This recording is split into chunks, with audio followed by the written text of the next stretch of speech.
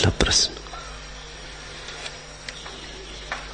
आप आज मौजूद हैं तो भी मनुष्य नीचे और नीचे की ओर जा रहा है, जबकि बुद्धों के आगमन पर मनुष्यता कोई शिखर छूने लगती है। हजारों आंखें आपकी ओर लगी हैं कि शायद आपके द्वारा फिर नव जागरण होगा और धर्म का जगत निर्मित हो गया। कृपया बताएं कि यह विस्फोट कब और कैसे होगा, क्योंकि बदलना तो दूर, उल्टे लोग आपका ही विरोध कर रहे हैं। पहली बात, मनुष्यता सदा ऐसी की ऐसी ही रही है। कुछ विरले मनुष्य बदलते हैं, मनुष्यता जरा भी नहीं बदलती। बाहर की स्थितियां बदलती हैं, व्यवस्थाएं बदलती हैं, भीतर मनुष्य वैसा का ही वैसा रहता है। तो पहली तो इस भ्रांति को छोड़ दो कि आज का मनुष्य पतित हो गया है। सदा का मनुष्य ऐसा ही था। बुद्ध के समय में भी लोग ऐसे ही प्रश्न पूछते हैं बुद्ध से कि आज का मनुष्य पतित हो गया है, आप कुछ करें।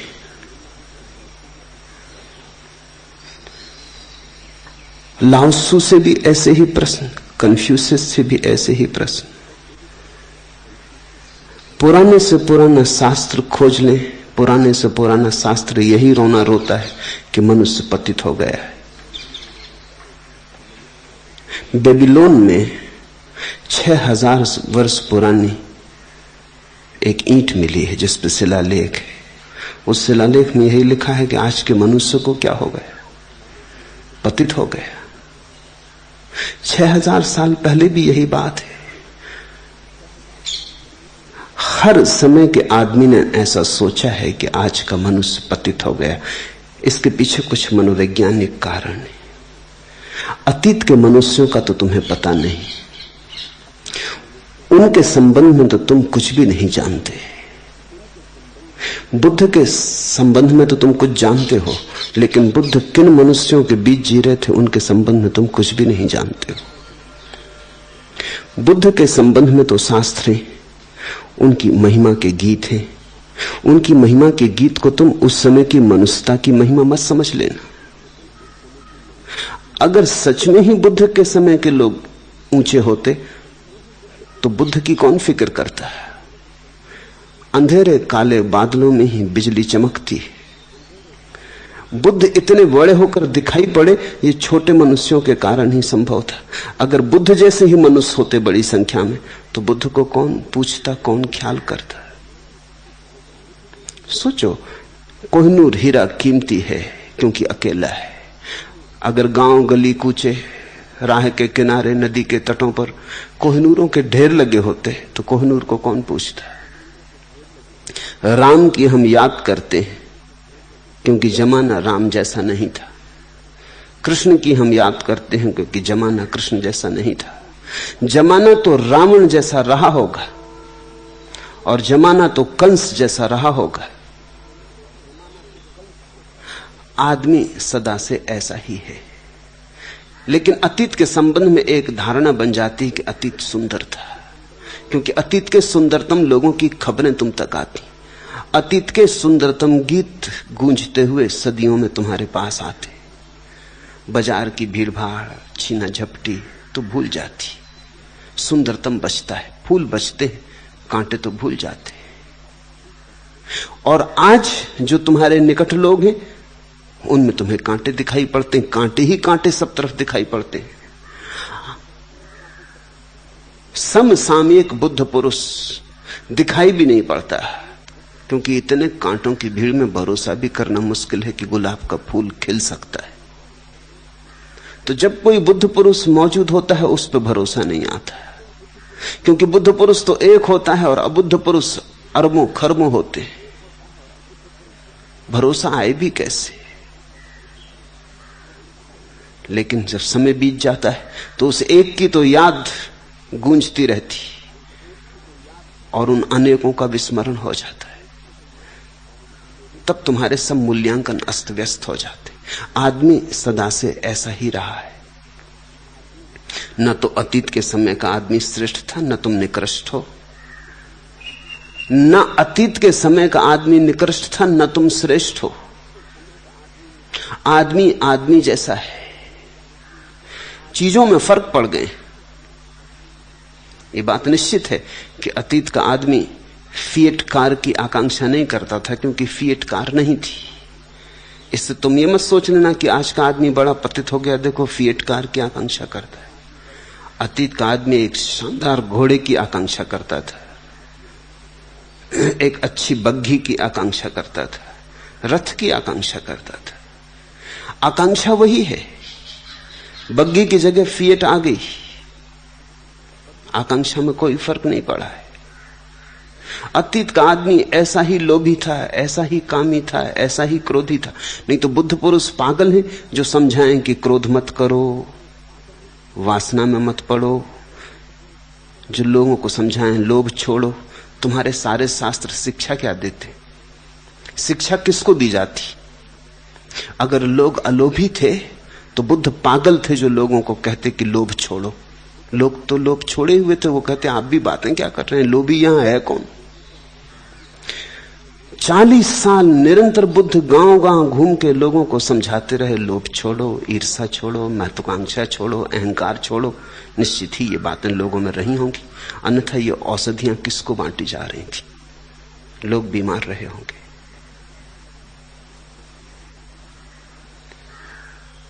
तुम्हारे शास्त्र गवाह हैं कि किस तरह के लोगों के बीच में लिखे गए होंगे। जो बीमारी होती है उसकी चिकित्सा का आयोजन करना होता है। लोग कामी रहे होंगे, इसलिए तो ब्रह्मचर्य की इतनी प्रशंसा है। अगर लोग ब्रह्मचारी ही थे तो ब्रह्मचर्य की प्रशंसा का क्या प्रयोजन था? लाओ त्सु ने कहा है, अगर लोग धार्मिक हो तो धर्मशास्त्र व्यर्थ। ठीक कहा है। अगर लोग सचमुच धार्मिक हो तो धर्मशास्त्र की क्या जरूरत? या दूसरी तरफ से देखें, कृष्ण ने कहा है कि जब जब धर्म की हानि होगी मैं आऊंगा। तो उस वक्त क्यों आए थे? धर्म की हानि हो गई होगी।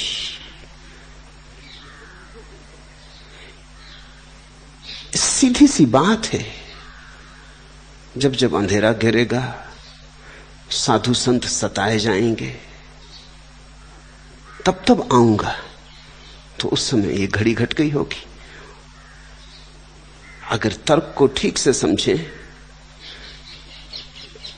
तो जब तुम्हारे घर में कोई बीमार होता तब भी वैद्य को बुलाते। जब कोई समाज पतित होता है तो उसे उठाने की चेष्टा होती। इतने अवतार, इतने तीर्थंकर किस लिए पैदा होते? कहीं ना कहीं आदमी गलत रहा होगा। तो पहली तो बात यह समझ लेना कि आदमी सदा से ऐसा ही है। ये जो हमें भ्रांति पैदा होती है, इसके पीछे और भी कारण है। सभी को ऐसा ख्याल है कि बचपन बड़ा सुंदर था, स्वर्णिम। सभी को। हालांकि बच्चों से पूछो, कोई बच्चा इस बात के लिए राजी नहीं कहने को कि स्वर्णिम काल बचपन। बच्चे जल्दी से जल्दी बड़े होना चाहते। बच्चा बाप के बगल में कुर्सी पर खड़ा हो जाता और कहता देखो तुमसे बड़े। वो उसकी आकांक्षा का सबूत है, वो चाहता है तुमसे बड़ा हो जाए। एक छोटे बच्चे को स्कूल में एक शिक्षक ने मारा। उसने कुछ भूल चूक की थी।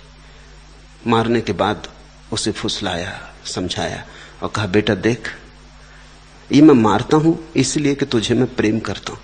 उस बेटे ने आंख से आंसू पहुंचते हुए कहा कि प्रेम तो मैं भी आपको बहुत करता हूं, लेकिन प्रमाण अभी दे नहीं सकता।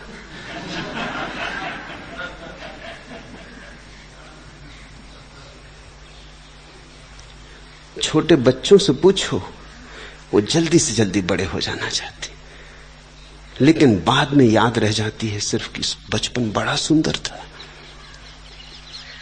कैसा हो सकता है बचपन सुंदर? क्योंकि तुम बचपन में बिल्कुल ही परतंत्र थे, हर बात के लिए असहाय थे, दीन थे,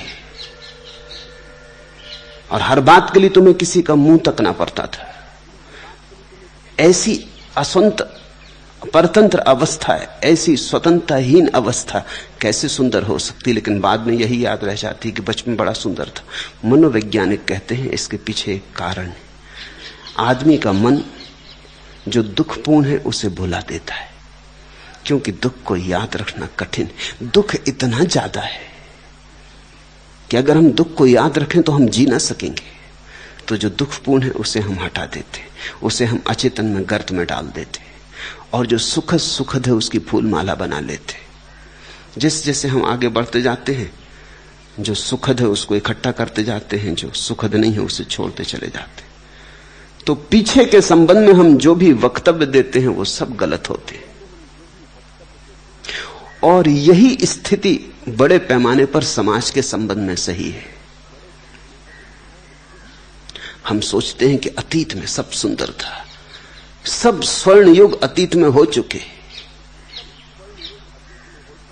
ये बात हर हाल में गलत है, क्योंकि अगर अतीत इतना सुंदर था तो ये वर्तमान उसी अतीत से पैदा हुआ है, ये और भी सुंदर होना चाहिए। अगर बचपन इतना सुंदर था तो जवानी उसी बचपन से आई है, ये बचपन से ज्यादा सुंदर होनी चाहिए। अगर जवानी सुंदर थी तो बुढ़ापा जवानी से आया है, बुढ़ापा जवानी से भी ज्यादा सुंदर होना चाहिए। और अगर जीवन तुम्हारा सचमुच आह्लाद था तो मृत्यु भी नृत्य होगी, उत्सव होगी, क्योंकि मृत्यु उसी जीवन का सारा निचोड़ है।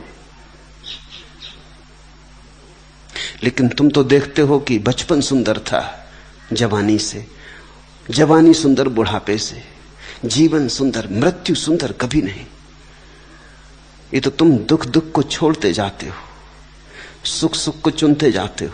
सुख तुम्हें मिलता तो नहीं, लेकिन जो कुछ भी क्षणभंगुर स्मृतियां रह जाती हैं उन्हीं को तुम सजा संवार कर रख लेते हो। तुम आए हो उन्हीं समाजों से जिनको लोग स्वर्ण युग कहते हैं, सतयुग कहते हैं। ये कलयुग सतयुग से पैदा हुआ है। अगर ये कलयुग बुरा है तो कहावत है कि फल से वृक्ष का पता चलता है। अगर फल गलत है तो वृक्ष सड़ा हुआ रहा होगा, बीज से ही सड़ा हुआ रहा होगा। तुम सबूत हो इस बात के कि सारा मनुष्य जाति का अतीत तुमसे बेहतर तो नहीं रहा, किसी हालत में नहीं रहा। तुमसे शायद बुरा भला रहा हो, तुमसे बेहतर तो नहीं हो सकता, क्योंकि तुम उसके फल हो। तो पहली तुम्हें यह भ्रांति तुम्हारे मन से हटा देना चाहता हूं। मैं तुमसे यह भी नहीं कहना चाहता कि तुम श्रेष्ठ हो, तुमसे यह भी नहीं कहना चाहता कि तुम निकृष्ट हो। तुमसे मैं एक बहुत सीधा साधा प्रस्ताव करता हूं कि तुम वैसे ही हो जैसे सबसे सदा से मनुष्य रहा है। इसलिए ये चिंता विचार छोड़कर इस बात पर ध्यान दो कि कुछ मनुष्यों ने कभी कभी जीवन में क्रांति की है। तुम सबकी चिंता भी भूल जाओ। तुम तो इतनी ही फिक्र कर लो कि तुम्हारे जीवन में प्रकाश उतर आए, तुम्हारा दिया जल जाए तो बस काफी है। आप मौजूद हैं तो भी मनुष्य नीचे की ओर जा रहा है। मैं किसी को नीचे जाते नहीं देखता, न किसी को ऊंचे जाते देखता। लोग कोल्हू के बैल की तरह घूम रहे हैं, वहीं के वहीं घूम रहे हैं, आंख पे पट्टियां बंधी, सोचते हैं कहीं जा रहे हैं। कोई कहीं नहीं जा रहा है। कभी कभी कोई एकाध व्यक्ति आंख से पट्टियां हटा देता है, धारणाओं की, सिद्धांतों की, धर्मों की, राजनीतियों की, खोल के देखता है, अरे मैं एक वर्तुल में घूम रहा हूं, कोल्हू का बैल। वो निकल पड़ता वर्तुल के बाहर।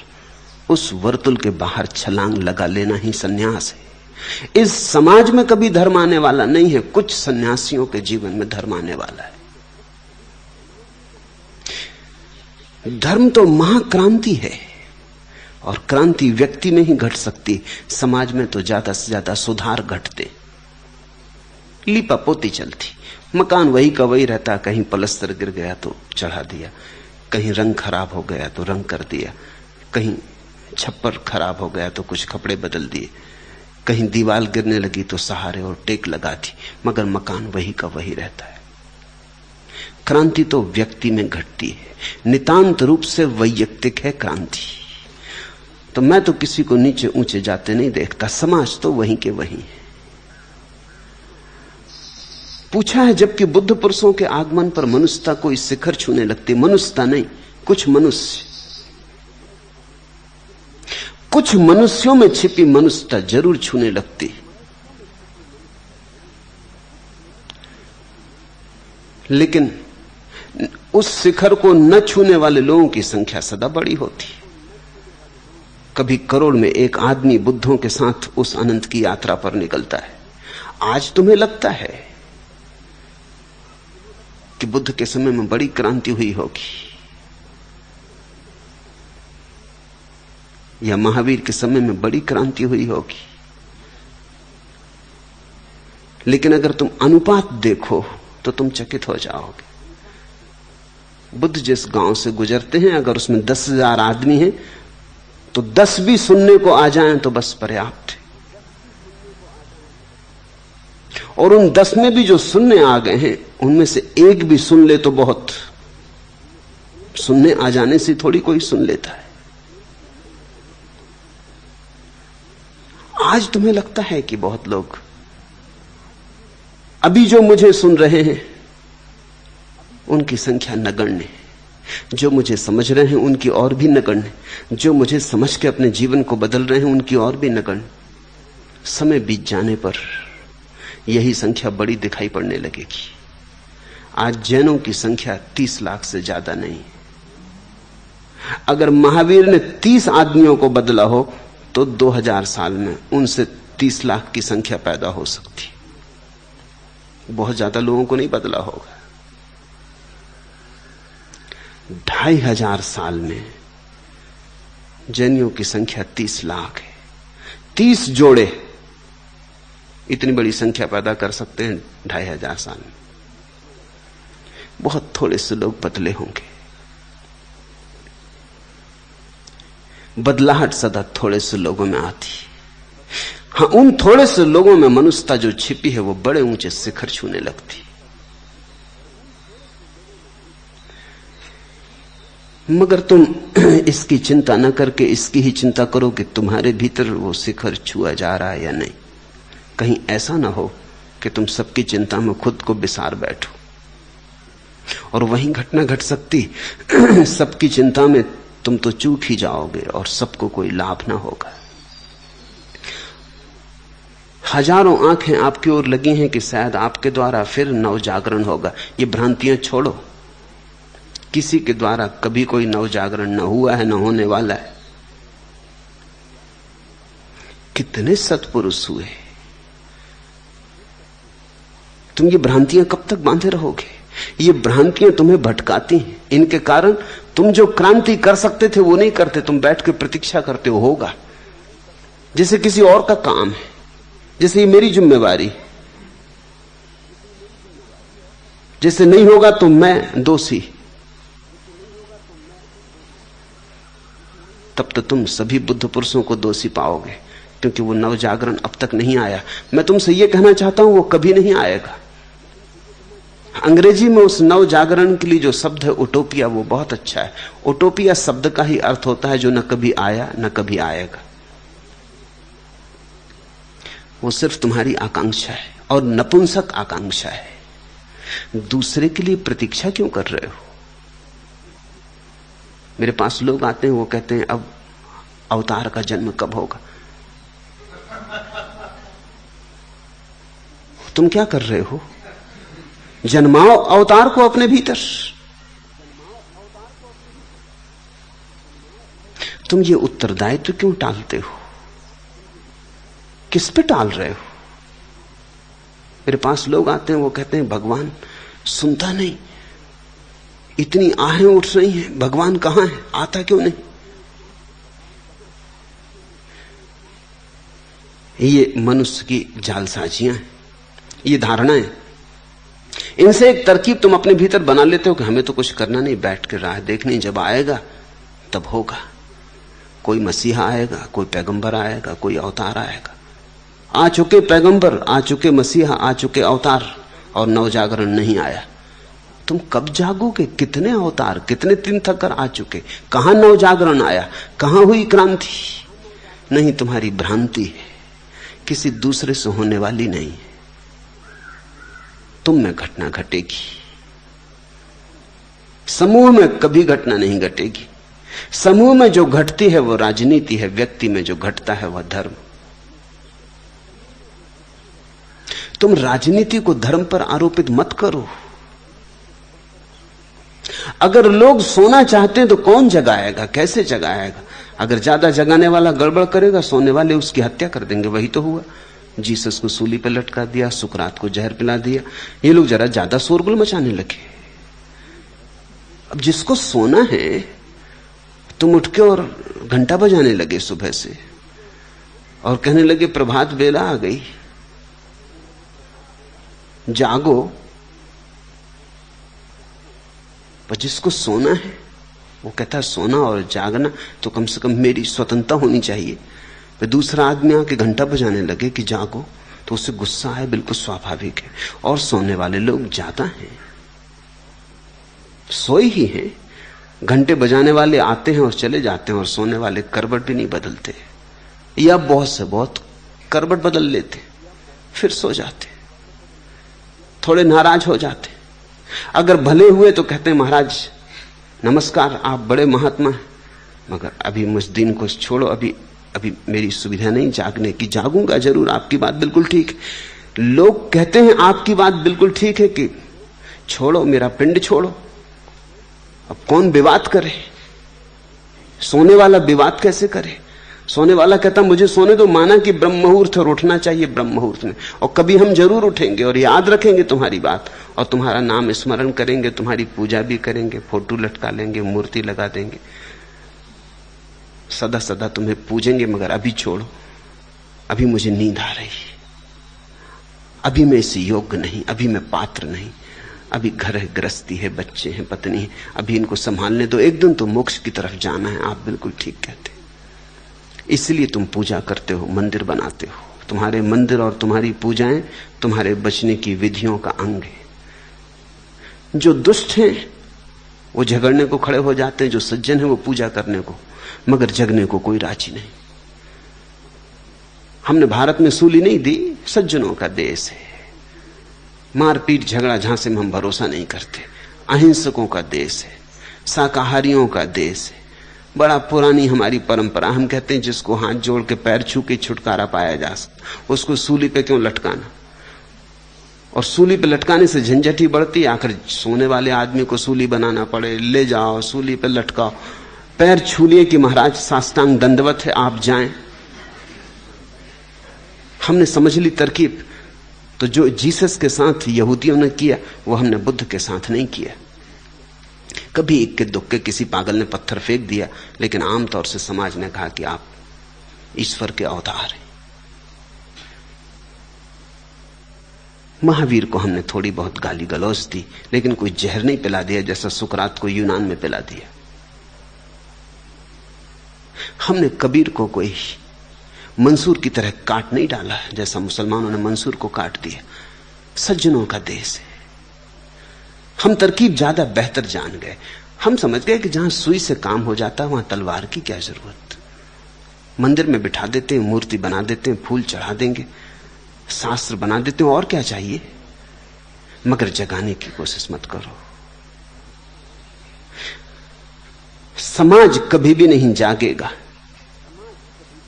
समाज तो सोई हुई भीड़ है। इस भीड़ में से कभी कभी कोई विरला पुरुष जागता है।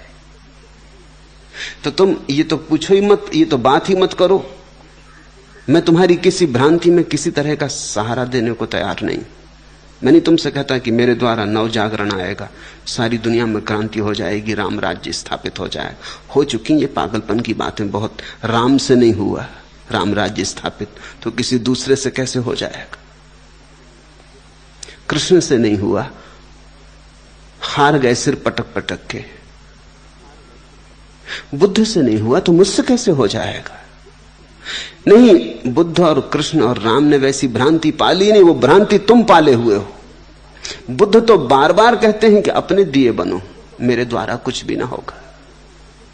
महावीर बार बार कहते हैं अपनी शरण जाओ, मेरी शरण आने से क्या होगा? महावीर ने तो बहुत साफ कहा है कि मैं स्वयं जागा हूं, मैं तुम्हारे कल्याण के लिए नहीं आया हूं। यद्यपि जैन अभी भी कहे जाते हैं कि जगत के कल्याण के लिए उनका जन्म हुआ, महावीर कहते हैं मैं तुम्हारे कल्याण के लिए नहीं आया, क्योंकि कोई दूसरा तुम्हारा कल्याण कैसे करेगा, और अगर दूसरा तुम्हारा कल्याण कर सके तो वो कल्याण भी दो कौड़ी का होगा, उसमें तुम्हारा विकास फलित नहीं होगा, तुम्हारी आंतरिक उत्क्रांति घटित नहीं होगी, वो उधार होगा, बासा होगा। तो महावीर कहते हैं अपनी शरण जाओ, समझो, अपने को जगाओ। धर्म का जगत कब निर्मित होगा? झूठे सपने मत देखो, जगत अधर्म का रहेगा, इसमें कभी कभी धार्मिक व्यक्ति जगते रहेंगे। ये रात तो अंधेरी रहेगी, इसमें कभी कभी कोई तारे जगमगाते रहेंगे। अब तुम ये प्रतीक्षा मत करो कि कब पूरी रात बदलेगी, तुम तो इसकी फिक्र करो कि मैं जगमगाने लगा या नहीं। तुम जगमगा गए, तुम्हारे लिए रात समाप्त हो गई। तुम जिस दिन जगमगाए तुम्हारी सुबह हो गई। इसे मैं बार बार दोहराना चाहता हूं कि यह क्रांति व्यक्ति के अंतस्थल में घटती है, ये बड़ी आंतरिक है, आत्यंतिक रूप से निजी है, समूह भीड़ से इसका कुछ नाता नहीं।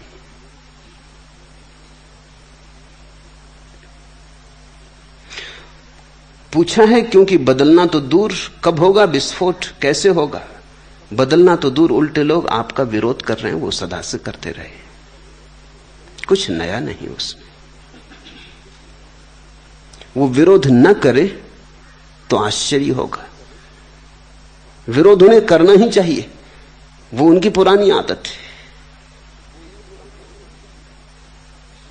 जैन शास्त्रों में उल्लेख है, एक मुनि नदी में स्नान करने उतरा, एक बिच्छू को उसने तैरते देखा, डुबकी खाते कि मर ना जाए, तो उसने हाथ पे चढ़ा के उसे घाट पे रख देना चाहा, लेकिन जब तक उसने घाट पे रखा उसने 2-3 डंक मार दिए। और जैसा कि तुमने देखा होगा, चींटे को अगर हटाने की कोशिश करो तो जिस दिशा से हटाओ वो उसी दिशा की तरफ भागता है। बड़े जिद्दी होते, जितनी ना समझ उतनी ही जिद्द। तो बिच्छू उसको छोड़ा तो वो फिर भागा पानी की तरफ। उस मुनि ने फिर उसे उठाया और फिर किनारे पे रखा, फिर उसने 2-3 डंक मार दिए। एक मछुआ राह के किनारे खड़ा है, वो कहने लगा कि महाराज वो आपको डंक मारे जा रहा है, छोड़ो भी, मरने भी दो। वो मुनि हंसने लगा, उसने कहा कि वो अपनी आदत नहीं छोड़ता, मैं अपनी आदत छोड़ दूं, देखें कौन जीतता है। बिच्छू है तो ये तो मान के चलना चाहिए कि वो डंक मारेगा, इसमें कुछ नया तो नहीं कर रहा। न मारे डंक और अचानक कहे कि धन्यवाद, तो घबराहट होगी, तो भरोसा ना आएगा। जब भी कोई सोए हुए लोगों को जगाने की कोशिश करेगा तो वो डंक मारेंगे, वो नाराज होंगे। उनकी बात मेरी समझ में आती, मैं उसमें कुछ ऐतराज भी नहीं करता, मुझे बिल्कुल समझ में आता है सोए हुए को जगाओ तो नाराजगी होती।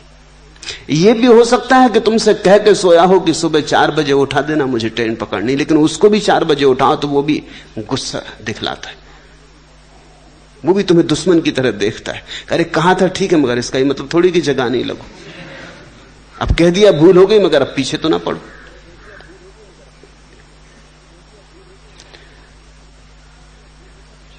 रुग्ण आदमी को दवा दो तो भी वो पीने में आनाकानी करता है। बच्चे जैसे हैं लोग, ना समझ,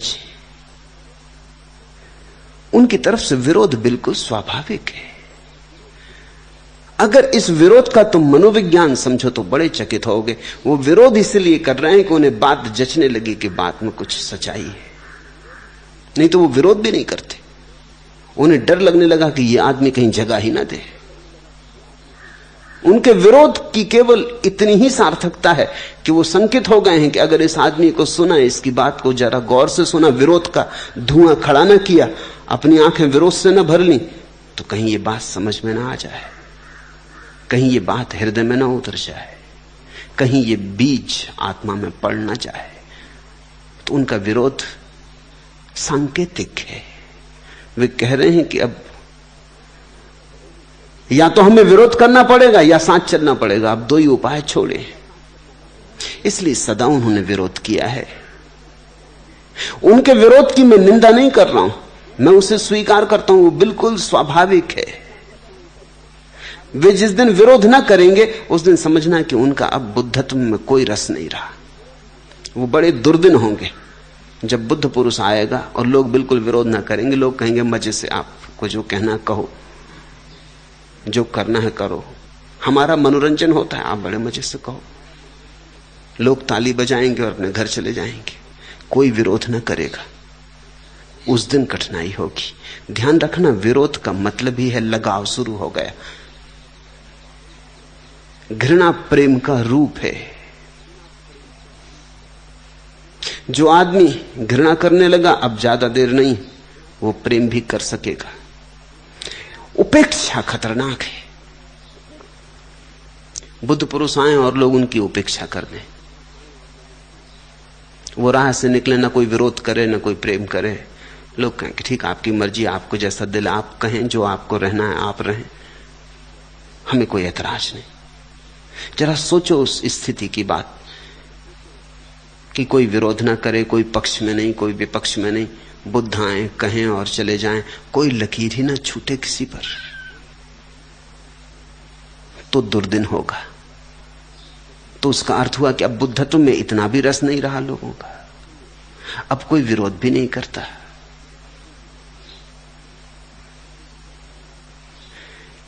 विरोध तो रागात्मक है। एक यहूदी हसीद फकीर ने किताब लिखी थी। किताब बड़ी बगावती थी। हसीद बड़े बगावती फकीर है, और उसने अपने देश के सबसे बड़े यहूदी धर्मगुरु को वो किताब भेजी, खुद अपनी पत्नी के हाथ भेजी, और उसने कहा कि कुछ फिक्र ना करना, जो भी हो तू उसमें उलझना मत, सिर्फ देखते रहना क्या हो रहा, सब मुझे आके वैसा का वैसा बता देना। वो गई, जैसे ही किताब उसने दी पंडित के हाथ में, उसने किताब उलट के देखी, देखा कि हसीद फकीर की है। वो तो ऐसा तिल मिला गया कि जैसे हाथ में अंगारा रख दिया हो। उसने तो किताब उठा के बाहर फेंक दी अपने मकान के। उसने कहा कि मेरे हाथ अपवित्र हो गए, मुझे स्नान करना पड़ेगा। वो तो आग बबूला हो गया। उसके पास ही एक दूसरा पुरोहित बैठा था, एक दूसरा धर्मगुरु। उसने कहा कि माना कि वो बगावती है, मगर उसने किताब भेंट भेजी, तुम थोड़ी देर बाद फेंक देते, ये पत्नी को तो चले जाने देते। उसने भेजी तो उसने तो प्रेम से भेजी, उपहार दिया। इस पत्नी को चले जाने देते फिर फेंक देते, इतनी जल्दी क्या थी? और तुम्हारे घर में इतनी किताबें हैं, इतनी बड़ी लाइब्रेरी है, उसमें वो एक किताब पड़ी भी रहती तो क्या बिगाड़ती थी? पत्नी वापस लौटी। पति ने पूछा क्या हुआ? उसने कहा कि प्रधान पुरोहित ने तो किताब एकदम बाहर फेंक दी, वो तो ऐसे नाराज हो गए कि मुझ पे हमला ना कर दे। उन्होंने तो ऐसा जिससे कि हाथ में मैंने अंगारा रख दिया हो। मगर उसके पास ही एक दूसरे धर्मगुरु बैठे थे। उन्होंने कहा कि नहीं, ये करना उचित नहीं है, पत्नी को चले जाने देते फिर फेंक देते, या फिर रखी रहती किताब। इतनी किताबें पड़ी, तुम्हारे घर में विरोधियों की किताबें भी रखी, तो ये तो यहूदी है, माना कि बगावती है, रख लेते, पड़ी रहती लाइब्रेरी में, क्या बिगड़ता था? पति ने कहा जिसने किताब फेंकी उसे तो हम किसी न किसी दिन बदल लेंगे, लेकिन दूसरे से हमारा कोई संबंध नहीं बन सकता। समझे आप मतलब? जिसने किताब फेंकी उससे तो रागात्मक संबंध बन गया। वो कम से कम इतना तो राग है उसका, जोश तो आया, उसने कुछ किया तो तरंग तो उठी। वो जो बैठ के शांति से कह रहा रख लो, डाल दो, किनारे में पड़ी रहेगी लाइब्रेरी में, वो उपेक्षा से भरा आदमी, उससे हम कभी कोई संबंध न बना पाएंगे। इस धर्मगुरु को तो हम बदल लेंगे, लेकिन दूसरे धर्मगुरु से हमारा कोई संबंध न बन पाएगा। मैं दूसरे के लिए दुखी हूं। पत्नी तो बहुत चौंकी, वो तो सोचती थी दूसरा भला आदमी है, पहला आदमी बुरा है। लेकिन उसके पति ने कहा कि पहला आदमी तो हमारे चक्कर में आ ही चुका है, दूसरा खतरनाक है। मैं तुमसे कहता हूं कि पहला तो उठा के किताब पढ़ेगा। जिसने इतने जोश से फेंकी वो बिना पढ़े नहीं रह सकता, क्योंकि इस जोश को कैसे शांत करेगा। वो तो उत्सुक हो ही गया। मैं उसका पीछा करूंगा, रात सपने में दिखाई पड़ूंगा, मैं उसके सिर के आसपास घूमूंगा। वो सोचेगा कई बार कि फेंकना था कि नहीं फेंकना था, देख तूने उसमें लिखा क्या है। जो मेरा विरोध करते हैं वो निश्चित रूप से मेरी किताब पढ़ते हैं, तुम ख्याल रखना। उनसे मेरा संबंध बन चुका है, उनसे मेरे हृदय का नाता जुड़ गया, धीरे धीरे खींच लूंगा। लेकिन जो विरोध भी नहीं करते, विरोध तक नहीं करते, उनके साथ बड़ा मुश्किल है। उनके हृदय का दरवाजा पाना बहुत मुश्किल, उनका दरवाजे सब बंद है। और ये बिल्कुल स्वाभाविक है। जितनी क्रांति की बात होगी उतनी ही कठिनाई होती। लोग परंपरा से जीते, लोग परंपरा में सुविधा और सुरक्षा पाते। बदलाहट साहसियों का काम है, दुस्साहसियों का काम है। उतना साहस जिसमें नहीं होता, वो विरोध न करे तो क्या करे। उसका विरोध तो समझो वो ये कह रहा कि इतना साहस मुझ में नहीं, तो या तो मैं ये स्वीकार करूं कि मैं कायर और कमजोर हूं, और यह सिद्ध करूं कि यह बात गलत है। तो पहले वो कोशिश करता है सिद्ध करने की कि बात गलत है। जाने योग्य है ही नहीं, इसलिए हम नहीं जाते। नहीं तो उसे साफ हो जाएगा, अगर जाने योग्य और नहीं जाते तो फिर हम कायर। अहंकार को फिर चोट लगती। वो अहंकार की सुरक्षा है विरोध। लेकिन जब कोई व्यक्ति मुझ में और उसके अहंकार में चुनाव करने लगा, तो एक न एक दिन उसे मुझे चुनना ही होगा, क्योंकि अहंकार सिवाय नरक के कुछ देता ही नहीं।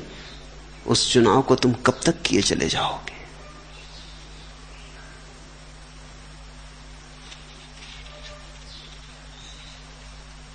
दूसरा प्रश्न, आपने कहा कि उपदेश सबसे लेना चाहिए, लेकिन आदेश अपनी अंतरात्मा से, अपने विवेक से।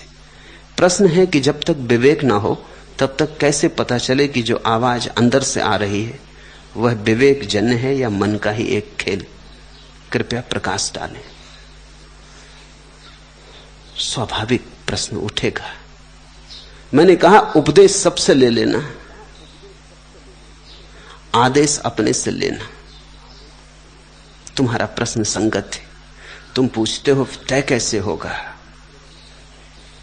कि जो हम कर रहे हैं, जो हम मान के चल रहे हैं, जिस दिशा को हमने चुना, वो हमारी अंतरात्मा का आदेश है या हमारे मन का ही खेल है? चलो, चलने से ही पता चलेगा। मैं तुमसे ये नहीं कह रहा हूं कि तुम हमेशा सही चल पाओगे, ये मैंने कहा भी नहीं। तुम बहुत बार चूकोगे, लेकिन चूक चूक के ही तो पता चलता है कि गलत क्या है और सही क्या है। तुम बहुत बार गिरोगे, गिर गिर के ही तो पता चलता है कि कैसे चलना चाहिए ताकि ना गिरे।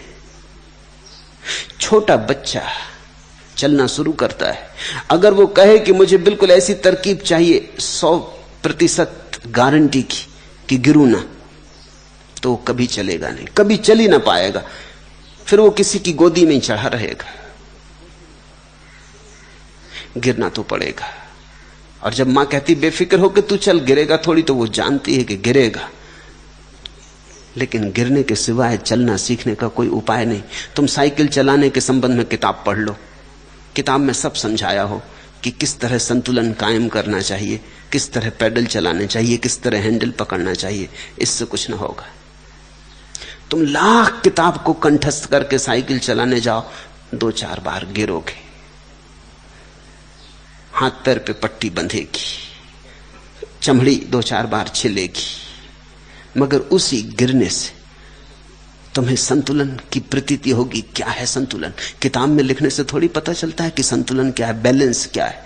वो तो साइकिल पर चढ़ने से पता चलता है। अब 2 चाक की साइकिल और सधी रह जाती चमत्कार है। गिरना तो बिल्कुल नियमानुसार है, नहीं गिरना चमत्कार है। मगर 2-4 बार गिर के तुमको ख्याल आने लगता है। अब वो ख्याल ऐसा है कि कोई दूसरा कितना ही जिंदगी से साइकिल चला रहा हो तो भी तुम्हें दे नहीं सकता। कोई तुम्हें दे नहीं सकता कि ये लो मैं तुम्हें अपनी समझ दिए देता हूं। वो कितना ही समझा दे फिर भी तुम्हें गिरना पड़ेगा। तो जब मैंने तुमसे कहा उपदेश सबसे लेना, तो मैंने कहा जितने साइकिल सवार हो सबसे पूछ लेना, मगर इससे तुम ये मत समझ लेना कि तुम्हें साइकिल चलना आ गया, चलाना आ गया। चढ़ना तो तुम्हें ही पड़ेगा। और इससे मैं ये भी नहीं कह रहा हूं कि तुम्हें 100% गारंटी है कि तुम ना गिरोगे। ऐसी गारंटी मैं देते ही नहीं। गारंटी इतनी दे सकता हूं कि जरूर गिरोगे, मगर गिर गिर के सीखोगे।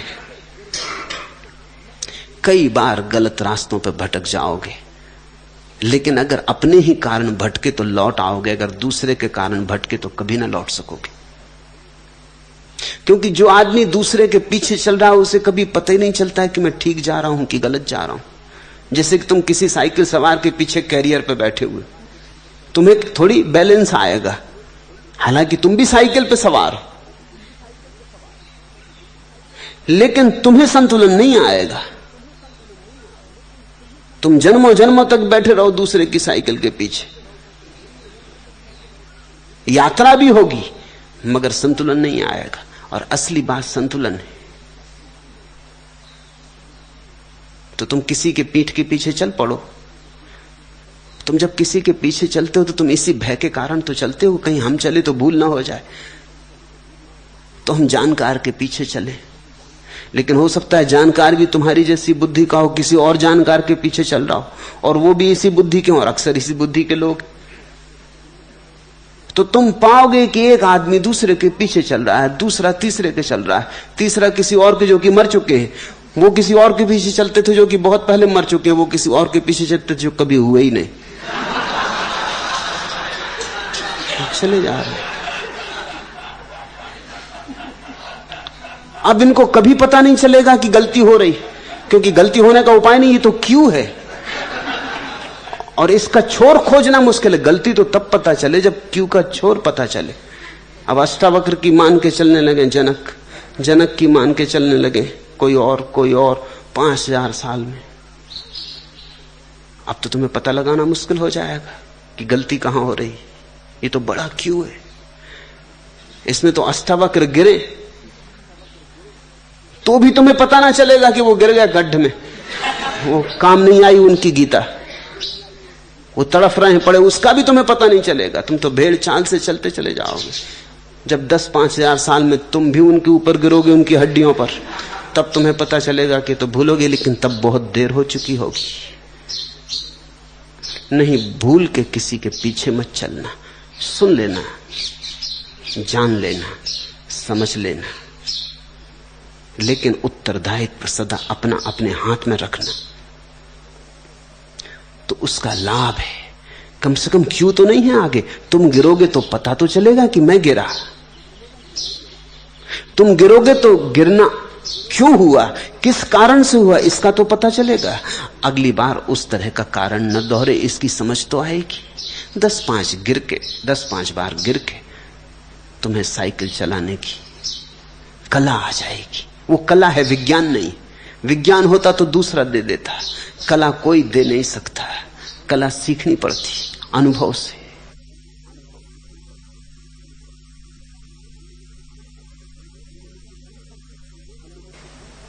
तब तुमने मुझसे पूछा है कि प्रश्न है, जब तक विवेक ना हो तब तक कैसे पता चले कि जो आवाज अंदर से आ रही वो विवेक जन है या मन का ही एक खेल। कोई उपाय नहीं जानने का,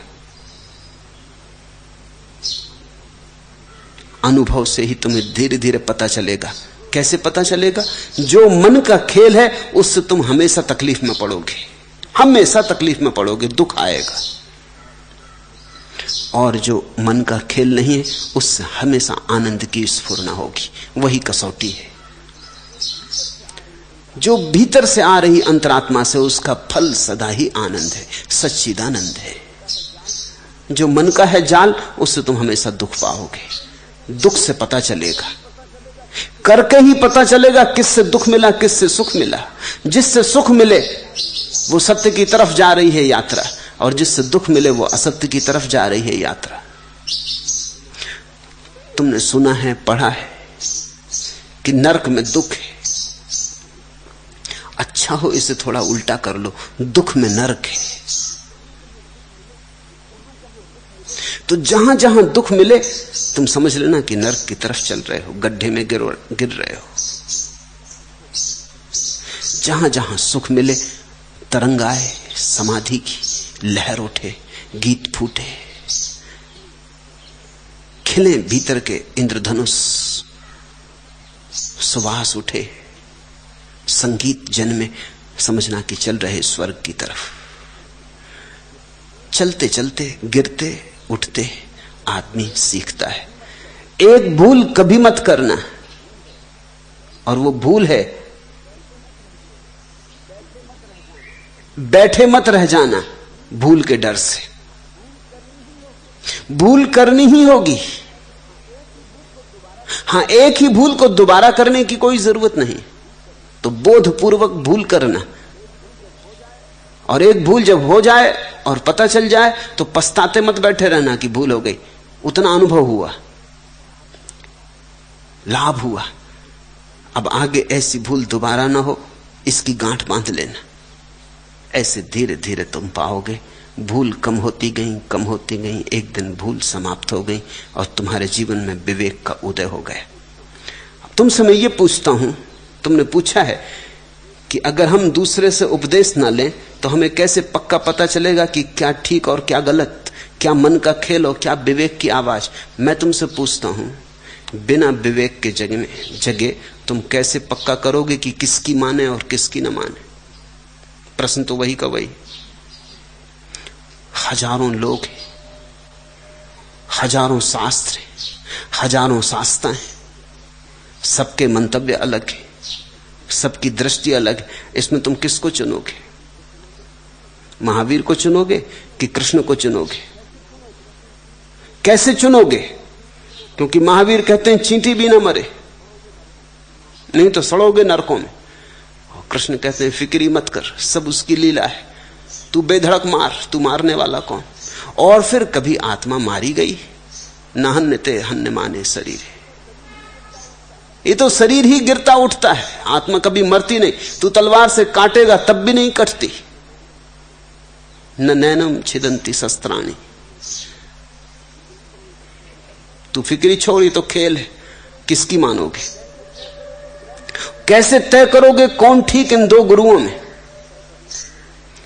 तय करने का लोगों ने एक सस्ता रास्ता निकाल लिया, जिस घर में पैदा हुए। अगर जैन घर में पैदा हुए तो महावीर को मानेंगे, ये भी कोई बात हुई? सिर्फ घर में पैदा हो जाने से। हिंदू घर में पैदा हुए तो कृष्ण को मान लेंगे। कैसे तय करोगे कौन ठीक है? अंततः तो तुम ही को तय करना है।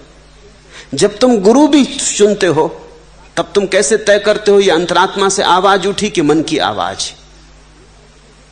तुम बच नहीं सकते, ये निर्णय तो तुम्हारा ही होगा। तुम अगर मुझे गुरु चुन लो तो तुम कैसे पक्का करोगे कि इस आदमी की बातचीत में उलझ गए, सम्मोहित हो गए, प्रीतिकर थी बातचीत, तर्कयुक्त थी इसलिए उलझ गए, या कि सच में यह आदमी जागृत पुरुष है? कैसे तय करोगे? क्या उपाय है, क्या कसौटी है? तुम ही तो तय करोगे ना। तो वही प्रश्न वहीं के वहीं खड़ा है। जब तय तुम ही को करना है तो एक बात साफ है कि परमात्मा ने निर्णय की शक्ति प्रत्येक व्यक्ति को दी हुई, और निर्णय किसी दूसरे पर नहीं छोड़ा जा सकता। तुम निर्णायक हो। सुनो मेरी, समझो मेरी, हृदयपूर्वक समझने की कोशिश करो, समग्रता से समझने की कोशिश करो। लेकिन जब अंतिम निर्णय लोगे तो निर्णय तो तुम ही लोगे कि यह आदमी ठीक कह रहा कि गलत, इसकी मान के चलें कि ना चलें। तो तुम कुछ भी करो, चाहे किसी के पीछे चलो, चाहे न चलो, चाहे अपने पैर चलो, चाहे किसी के कंधे पे सवार होकर चलो, निर्णायक तुम ही हो। जिम्मेवारी तुम्हारी। तुम तो चाहते हो जिम्मेवारी टल जाए, तो कल अगर गड्ढे में गिरो तो तुम मेरा गर्दन पकड़ लो कि देखो गिराया गड्ढे में, मैं तो आपके पीछे चल रहा था, इसलिए मैं पहले ही कह दे रहा हूं मेरे पीछे चलने से कुछ मतलब नहीं। गड्ढे में गिरोगे तो तुम गिरोगे, और गड्ढे में गिरोगे तो मैं गड्ढे के किनारे खड़े होकर हंसूंगा, मैं कहूंगा मैंने पहले ही कह दिया था। तुम्हारी मर्जी थी, तुम मेरे पीछे चले, फिर भी सुन के चले, मैंने पहले ही कह दिया था कि अगर गिरोगे तो तुम गिरोगे। तुम मुझसे ये ना कह सकोगे कि हम तो आपके पीछे चल रहे थे, आपने ही चुना था, मेरे पीछे चलना भी आपने चुना था, मैंने जबरदस्ती थोप नहीं दिया था। जबरदस्ती कौन किस पे थोप देता है, कैसे थोपा जा सकता है? लेकिन आदमी उत्तरदायित्व से बचता है, आदमी चाहता है किसी के कंधे पे जिम्मेवारी हो जाए, तो कल हम कह तो सकें, अगर अदालत हो कहीं परमात्मा की, तो हम कह सकें हम तो बिल्कुल निर्दोष है, ये गेरुए वस्त्र इस आदमी ने पहना दिए थे। अब क्या पक्का है तुम्हें कि परमात्मा गेरुए वस्त्र के पक्ष में होगा? कुछ पक्का नहीं। बुद्ध ने पीले वस्त्र चुन लिए थे, हो सकता है परमात्मा पीले वस्त्र के पक्षों में। पार्श्वनाथ ने सफेद वस्त्र चुन लिए थे, हो सकता है परमात्मा सफेद वस्त्रों के पक्ष में हो। और महावीर नग्न खड़े हो गए थे, हो सकता है परमात्मा न्यूडिस्ट हो। करोगे क्या? ये तो परमात्मा जब आएगा तभी, उस वक्त तुम ये ना कह सकोगे कि हमें तो कुछ पता ही नहीं था, हम तो इस आदमी ने कह दिया गैरिक वस्त्र पहन लो, हमने गैरिक वस्त्र पहन लिए। नहीं, तब तुम्हें जवाब स्वयं ही देना होगा। ये चुनाव भी तुम्हारा चुनाव है। अगर तुमने ये चुना कि मेरे प्रति समर्पित हो जाओ, ये भी तुम्हारा संकल्प है, ये भी तुमने ही चाहा है। इस तरह तुम इस बात को सदा ही याद रखना कि तुम ही निर्णायक हो, तुम ही उत्तरदायी हो, और अंतिम रूप से जो भी फलित होगा, घटित होगा, उसका श्रेय भी तुम्हारा है।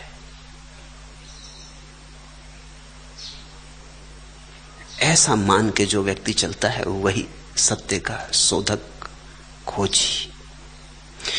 खतरे तो हैं ही, जीवन जोखिम है, और जो जितने ज्यादा खतरे उठाता है उतना ही जानने में समर्थ हो पाता है। जो लोग खतरे नहीं उठाते वो मिट्टी के लौंदे रह जाते, उनके जीवन में कोई धार नहीं होती, उनके जीवन में कोई त्वरा नहीं होती, कोई चमक नहीं होती, उनके जीवन में प्रतिभा नहीं होती। तुम जाकर देख सकते हो, ऐसे मिट्टी के लौंदे तुम्हें आश्रमों में बैठे मिलेंगे, मंदिरों में बैठे मिलेंगे, घंटियां बजा रहे, पूजा कर रहे, कोई उपवास कर रहा है।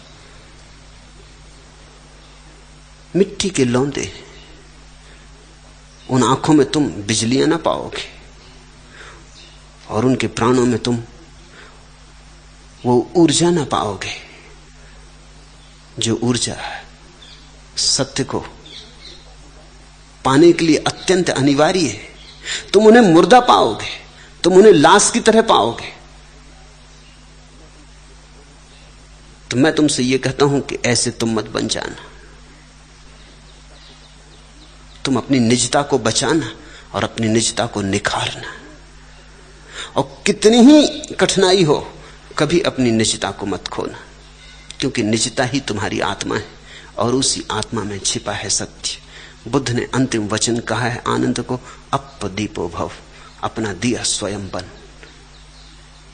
आनंद रोने लगा था बुद्ध को जाता देखकर कि बुद्ध चले, घबरा गया होगा। इन्हीं के पीछे चलता रहा 40-42 साल, पूरा जीवन दांव पे लगा दिया, इन्हीं के पीठ के सिवाय कुछ देखा नहीं, इन्हीं के पीछे चलता रहा, उठता रहा, बैठता रहा, आज ये चले तो रोने लगा। स्वाभाविक था रोना। उसने कहा कि मैं तो अभी तक पहुंचा नहीं और आपके जाने की घड़ी आ गई। तो बुद्ध ने कहा मैंने तुझे कभी कहा ही नहीं कि मैं तुझे पहुंचा दूंगा, अपना दिया खुद बन। और आनंद शायद मेरे कारण बाधा पड़ती रही हो, तो अब मैं जा रहा हूं, अब वो बाधा भी ना रहेगी, अब तेरे सामने कोई पीठ ना होगी, अब तेरे सामने खुला आकाश होगा। और आश्चर्य की घटना है कि आनंद 24 घंटे बाद ही ज्ञान को उपलब्ध हुआ। 42 साल में जो ना हो सका वो 24 घंटे में हुआ। ये बात तीर की तरह चुभ गई। ये बात तो उसको समझ में आ गई कि आज बुद्ध चले, अब मैं अकेला रह गया। अकेले तो हम सदा से हैं, किसी के पीछे चलो तो भी तुम अकेले हो, भ्रांति भर पैदा होती, कोई साथ है। इस अकेलेपन को तुम पहले से ही याद रखो। बुद्ध ने आनंद से अंत में कहा था, मैं अपने आनंदों से प्रथम से कह रहा हूं कि तुम अपने दिए स्वयं बनो। तब कोई जरूरत नहीं कि मेरे जाने के बाद 24 घंटे में तुम ज्ञान को उपलब्ध हो। तुम मेरे रहते 24 क्षण में ज्ञान को उपलब्ध हो सकते हो, क्योंकि ज्ञान को उपलब्ध होने का कुल अर्थ इतना ही है कि यह जीवन मेरा है और मैं उत्तरदायी हूं। भूल होगी, चूक होगी तो मैं जिम्मेवार हूं। मैं उत्तरदायित्व तो पूरा अपने हाथ में लेता हूं। मैं अपनी मालकियत अपने ऊपर घोषणा करता हूं। इसलिए तुम सन्यासियों को स्वामी कहता हूं। स्वामी का अर्थ है मैंने तुम्हारी मालकियत तुम्हारे हाथ में है, ये मैंने घोषणा कर दी कि अब तुम स्वामी हुए। अब तुम्हारा कोई भी स्वामी नहीं, अब तुम अपने स्वामी हो, ये तुम्हारा स्वामित्व है। इस घोषणा के साथ ही सत्य की यात्रा शुरू होती, और इस घोषणा को जिस दिन तुम पूरा पूरा अनुभव कर लोगे, उस दिन आ गई मंजिल, उस दिन आ गया अपना घर। सिखलाएगा वह रित एक ही अनल है, जिंदगी नहीं वहां जहां नहीं हलचल है। जिनमें दाहकता नहीं न तो गर्जन है, सुख की तरंग का जहां अंध वर्जन है। जो सत्य राख में सने रुक्ष रूठे, छोड़ो उनको वे सही नहीं झूठे। जो सत्य राख में सने रुक्ष रूठे, छोड़ो उनको वे सही नहीं झूठे। जीवंत सत्य तो तुम्हारे भीतर पैदा होगा। बाहर से तुम जो भी ले आए हो सब कूड़ा करकट है, किसी और से इकट्ठा कर लिया है, सब उधार और बासा और व्यर्थ है। आग लगा दो उस सब में, वे सब सत्य राख में सने। तुम्हारा सत्य तुम्हारे भीतर पैदा होगा। तुम्हारे सत्य के लिए तुम्हें ही प्रसव पीड़ा से गुजरना होगा। तुम्हारा सत्य तुम्हारे भीतर जन्मेगा। तुम्हें उस सत्य के लिए गर्भ बनना होगा और प्रसव पीड़ा से गुजरना होगा। ख्याल किया तुमने, कोई स्त्री को बच्चा पैदा नहीं होता, वो किसी के बच्चे को गोद ले लेती, ऐसे मन समझाना हो जाता है। मैं तुमसे कहता हूं सत्यों को गोद मत लेना, ये तो बड़ी झूठ हो जाएगी। और हम सब ने सत्य गोद ले लिए। कोई हिंदू बैठा है, कोई ईसाई, कोई मुसलमान, कोई जैन, हमने सब सत्य उधार ले लिए। नानक का सत्य है, तुम सिख बने बैठे हो, ये सत्य तुम्हारा नहीं। नानक ने इसके लिए पीड़ा सही, नानक ने गर्भ धारण किया, इस सत्य को जन्म दिया। तुम मुफ्त लिए बैठे हो, तुमने इसके लिए कुछ भी नहीं किया। न तुम आग में गए, न तुम जले, न तुम भटके, न तुम गिरे, तुम्हें यह मुफ्त मिला। पीड़ा निखारती है, मुफ्त मिलने से कुछ भी निखार नहीं आता। गोद मत लेना सत्यों को, जन्माना। और जब तुम जन्माने में समर्थ हो पाओगे, तभी तुम्हारे भीतर वो तरंग उठेगी निजता की, व्यक्तित्व की। तुम अद्वितीय बनोगे। अद्वितीयता धर्म का आखिरी फल है। और यह भी मैं जानता हूं कि अचानक आज तुम पूरे सत्य को न पा सकोगे। इंच इंच चलना होगा, घसीटना होगा, और चढ़ाई बड़ी है और पहाड़ ऊंचा है और सांस घुटेगी और सब बोझ छोड़ देना होगा, क्योंकि जरा भी बोझ नहीं ले जाया जा सकता। जैसे जैसे पहाड़ पर कोई चढ़ने लगता है, वैसे वैसे बोझ कम करना पड़ता है। जब हिलरी एवरेस्ट पर पहुंचा, उसके पास कुछ भी नहीं था। पानी की बोतल भी थोड़ी पीछे उसे छोड़ देनी पड़ी, क्योंकि उतना बोझ ढोना भी मुश्किल हो गया। जितनी ऊंचाई होती उतना बोझ मुश्किल हो जाता है। सब सामान लेके आया था, वो धीरे धीरे सब छूट गए, धीरे धीरे सब डालता गया, राह के किनारे रखता गया, क्योंकि उनका खींचना मुश्किल होने लगा। जब पहुंचा तो अकेला था, खाली था। और जिस गौरी शंकर की चढ़ाई की मैं तुमसे बात कर रहा हूं, वो तो आखिरी ऊंचाई है अस्तित्व की। वो आज ना घट जाएगी, इंच इंच जलना और तपना होगा। धीरे धीरे तुम छोड़ पाओगे, मगर छोड़ने का ख्याल रहे। बांसों बांस उछलती लहरें, देख लिया है चांद सलोना, लेकिन हाथ रह गया बौना। रह रह कर मलती लहरें, बांसों बांस उछलती लहरें, शीतलता कैसी बिखरा दी, पानी में ही आग लगा दी। बुझती और सुलगती लहरें, बांसों बांस उछलती लहरें, स्वप्न लोक के यात्रा पथ पर भावुकता ने रचा स्वयंवर। असफल हो सिर धुनती लहरें, बांसों बांस उछलती लहरें। चांद तो दिखाई पड़ने लगता है उपदेश से, तुम बांसों बांस उछलने लगते हो। मगर इतने से चांद मिल न जाएगा। उपदेश से चांद नहीं मिलेगा, उपदेश से चांद दिखेगा। मिलेगा तो तुम्हारे अपने जीवन को एक अनुशासन और आदेश देने से। तो जो मैंने कहा कि तुम उपदेश सबसे ले लेना, आदेश स्वयं देना, उसका इतना ही अर्थ है। महावीर, बुद्ध, कृष्ण, क्राइस्ट, नानक, कबीर, उनके पास तुम्हें पहली दफे चांद की स्मृति आएगी कि चांद है। पहली दफे तुम्हारी जमीन में गड़ी आंखें ऊपर उठेंगी और आकाश को देखेंगी। तुम उछलोगे खूब, जीवन बड़ी प्रफुल्लता से भर जाएगा। सदगुरु के पास होना एक अपूर्व अनुभव है। तो फिर सत्य को पहुंच जाना तो कैसा अपूर्व होगा, सोच लो। सदगुरु के पास होना भी अपूर्व अनुभव है, जिसे सत्य मिला है उसके पास होना भी अपूर्व अनुभव है। बांसों बांस उछलती लहरें, देख लिया है चांद सलोना, लेकिन हाथ रह गया बौना। रह रह कर मलती लहरें, बांसों बांस उछलती लहरें। तुम्हारा हृदय उछलने लगेगा, तरंगे लेने लगेगा, चांद दिखाई पड़ने लगा।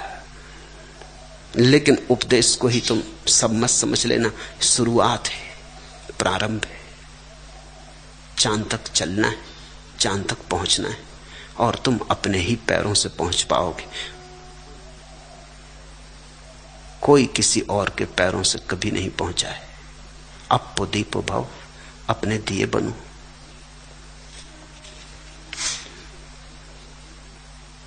तीसरा प्रश्न, मैं आंसू का एक झरना हूं, लेकिन हूं रुंधा हुआ अरसे से। कैसे चट्टान हटे बुद्धि की, कैसे मैं फूटकर बह निकलूं। पूछा है योग प्रीतम ने। प्रीतम कवि हैं।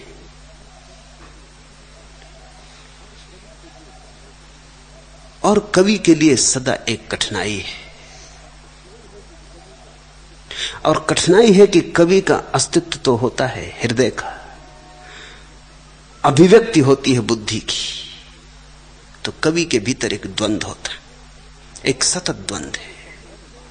जो उसे कहना है वो शब्दों के पार है, और जो उसे कहने का माध्यम है वो शब्द है। जो वो उड़ेलना चाहता है वो हृदय है, और उड़ेलना पड़ता है बुद्धि की भाषा में। सब कटपिट जाता है, सब खंड खंड हो जाता है, छितर जाता है। इसलिए कवि सदा पीड़ा में रहता है। कभी कभी तृप्त नहीं हो पाता, और जो कभी तृप्त हो जाए वो बहुत छोटा कवि, तुकबंद कहना चाहिए, कवि नहीं। जितना बड़ा कवि हो उतनी अतृप्ति होती। तड़पता है कुछ प्रकट होने को, और जब उसे प्रकट करना चाहो तब मिलते हैं छोटे छोटे शब्द जिनमें वो समाता नहीं। बड़ा आकाश है हृदय का, और शब्दों के भीतर जगह नहीं, स्थान नहीं, अवकाश नहीं। तो कह कह के भी कवि कह नहीं पाता, जीवन भर गा गा के भी गा नहीं पाता। जिसे गाने आया था वो तो अनगाया ही रह जाता है।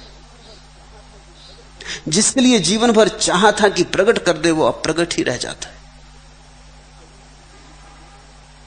तो कवि की दुविधा है। वो दुविधा यह है कि भाव तो प्रकट करना है और बुद्धि से प्रकट करना है।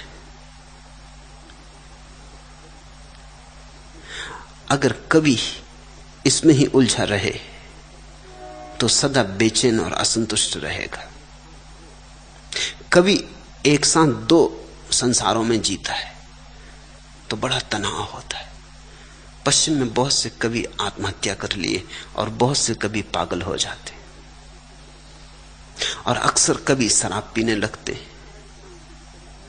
और उसका कुल कारण इतना, उनके भीतर इतनी बेचैनी होती कि उस बेचैनी को ढालने के लिए सिवाय शराब के, बेचैनी को ढांकने के लिए सिवाय शराब के और कुछ मिलता नहीं। किसी तरह अपने को विस्मरण करना चाहते, वो तनाव भारी। कवि तब तक खिंचा रहता है जब तक कि संत न बन जाए।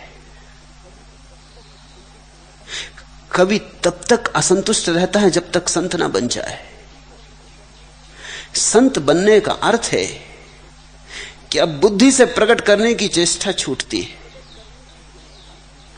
अब प्रकट करने की चेष्टा विचार से छूटती है और नए ढंग पकड़ता है कवि। जैसे मीरा नाचने लगी, बजाने लगी अपना सितार कि बाउल ले लेते एक तारा, ले लेते एक डुग्गी, बजाने लगते डुग्गी और बजाने लगते एक तारा और नाचने लगते। जो बड़े बड़े कवि नहीं कह पाते वो बाउल कह पाते कि चैतन्य महाप्रभु नाचने लगे। वो जो कहना चाहते थे वो नाच से ज्यादा आसानी से कहा जा सकता है, शब्द उसके लिए ठीक माध्यम नहीं। तो जब तक कवि रहस्य को अपने समग्र व्यक्तित्व से प्रकट न करने लगे तब तक अड़चन होती।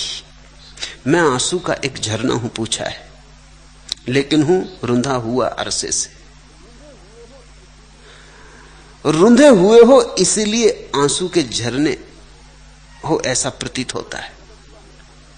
जैसे ही आंसू प्रकट हुआ मुस्कान बन जाता है, मुस्कान रुंधी रह जाए आंसू हो जाती। रुंधी मुस्कान का नाम ही आंसू है। इसलिए तो तुम जब कभी रो लेते हो तो हल्के हो जाते हो। अगर तुम दिल भर के रो लो तो तुम्हारे चेहरे पर एक स्मित आ जाता है, एक प्रसाद आ जाता है, एक आशीष की वर्षा हो जाती तुम्हारे ऊपर। इसलिए तो रोने में इतना प्रसाद है। पुरुषों ने खो दिया प्रसाद, स्त्रियों के चेहरे पर थोड़ा प्रसाद शेष रहा है क्योंकि उन्होंने रोने की क्षमता कभी नहीं खोई। स्त्रियों ने बहुत कुछ खोया लेकिन एक बहुत बहुमूल्य चीज बचा ली, रोने की क्षमता। पुरुषों ने बहुत कुछ बचाया, शक्ति, पद, प्रतिष्ठा, लेकिन कुछ बहुत बहुमूल्य खो दिया, वो रोने की क्षमता खो दी। उनकी आंखें गीली नहीं हो पाती, और जिसकी आंखें गीली नहीं हो पाती उसका हृदय धीरे धीरे पथरीला हो जाता। तो मैं तुमसे कहूंगा प्रीतम, अगर तुम्हें लगता है आंसू का झरना भीतर पड़ा है रुंधा हुआ अरसे से, कैसे चट्टान हटे बुद्धि की, कैसे मैं फूट कर बह निकलूं, और तुम जो प्रश्न पूछ रहे हो वो फिर बुद्धि का है, कैसे? तुम बुद्धि से ही बुद्धि को ना हटा सकोगे। रो, दिल भर के रो, कौन रोकता है? पहले संकोच लगेगा तो एकांत में चले गए, वृक्षों के पास बैठ लिए, वृक्ष तुम्हारा बिल्कुल भी अपमान न करेंगे कि रो रहे, अरे स्त्रीण मालूम होते।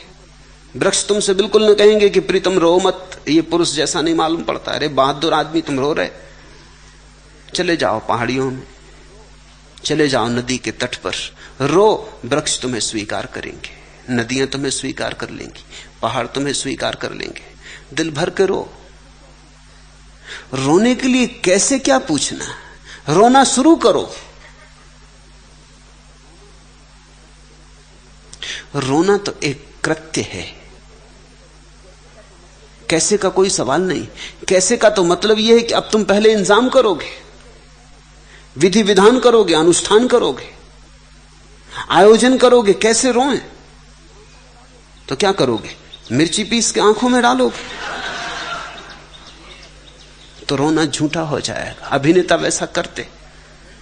अब रामलीला में राम को रोना पड़ रहा है और सीता का उन्हें कोई दर्द है नहीं, सीता है भी नहीं, सीता गांव का कोई लड़का ही बना हुआ है। हो सकता है राम और सीता में झगड़ा भी हो, तो अब क्या करना है? तो मिर्च का थोड़ा सा मसाला बना लेते, उसको हाथ में लगाए रखते हैं। जब रोना पड़ता है राम को तो अपनी आंख में लगा लेते, आंसू बहने लगते। आयोजन करके जो रोना आएगा वो झूठा हो जाएगा।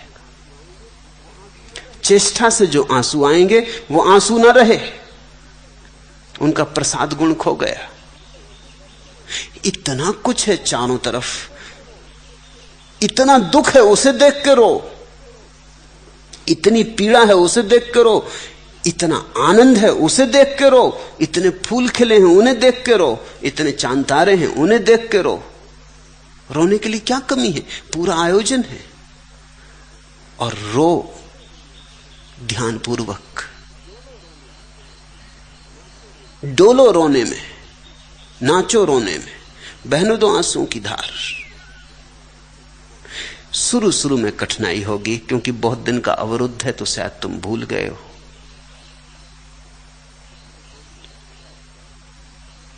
एकांत में जाके बैठ जाओ और प्रतीक्षा करो।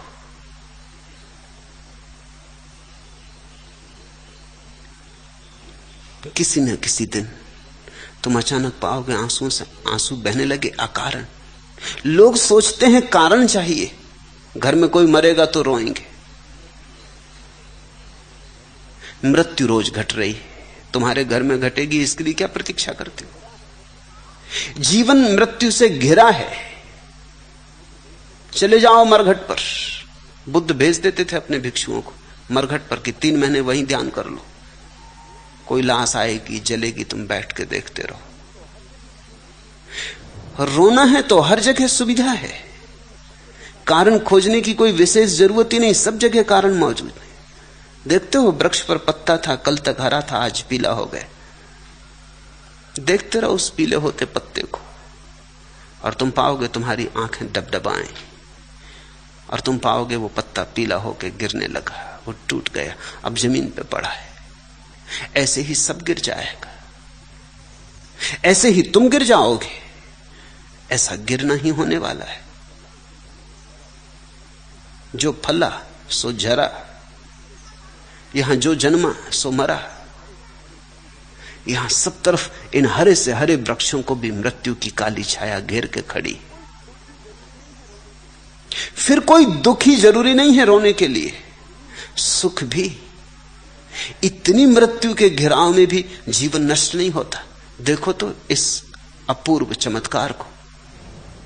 इतने कांटे हैं फिर भी फूल खिले चले जाते हैं। मौत रोज रोज आती फिर भी बच्चे जन्मे जाते। परमात्मा थकता नहीं, मौत जीत नहीं पाती, जीवन हारता नहीं, जीवन बढ़ता ही चला जाता है। आओ मौत कितनी, जीवन फिर नई तरंगें लेके उठाता है। मौत आती रहती है और जीवन बढ़ता जाता है। इस अहोभाव को देखो, इस आनंद भाव को देखो, इस अपने होने को सोचो। ये होना इतना आश्चर्यजनक है। तुम देख पाते हो, सोच पाते हो, अनुभव कर पाते हो। तुम हो, इतना ही काफी है। ये भाव ही तुम्हें डोला जाएगा। तो एकांत में बैठो, शिथिल हो जाओ, धारणाएं छोड़ो, देखो आकाश के तारों को, कि बहती नदी की धार को, कि आकाश में उठे हुए वृक्षों को, कि घूमते भटकते बादलों को। इस जीवन प्रकृति के चमत्कार से घिर जाओ और तुम पाओगे आंखों से आंसू बहने लगे। विधि की नहीं बात करूंगा क्योंकि तुम पूछते हो कैसे, कैसे में तो अड़चन हो जाएगी, कैसे ही से तो रुकावट पड़ गई।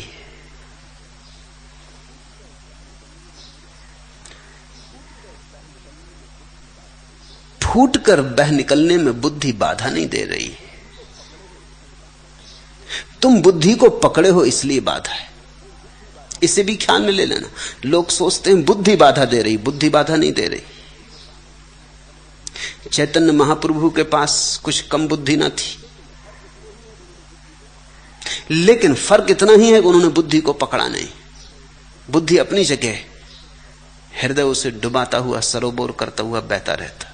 बुद्धि बाधा नहीं डालती। सच तो यह है, जहां चट्टानें होती हैं वहां नदी में संगीत आ जाता।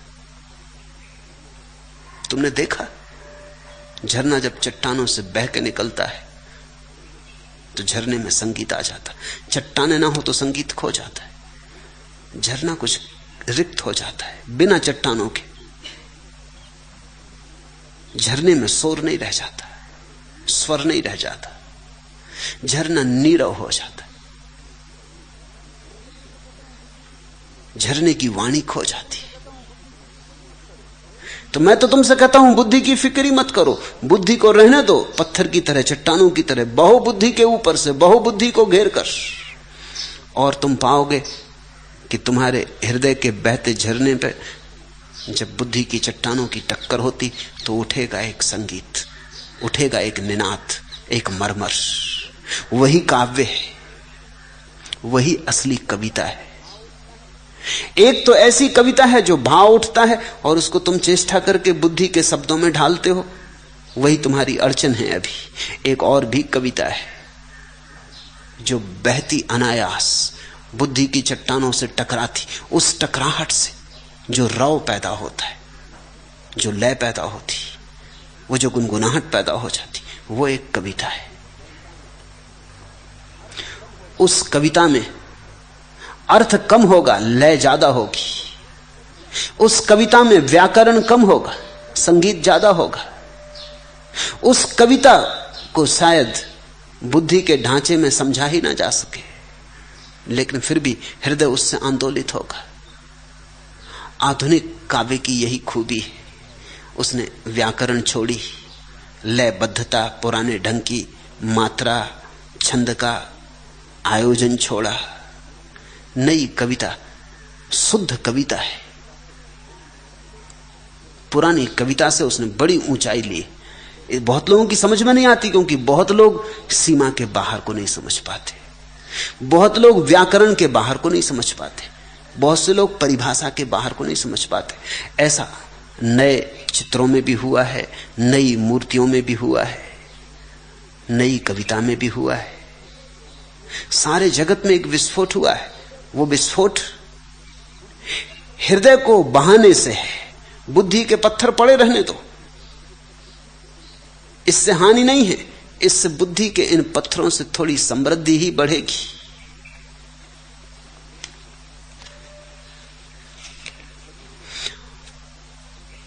और कवि को चाहिए प्रेम, चाहिए प्रार्थना, चाहिए परमात्मा, अन्यथा अड़चन रहेगी।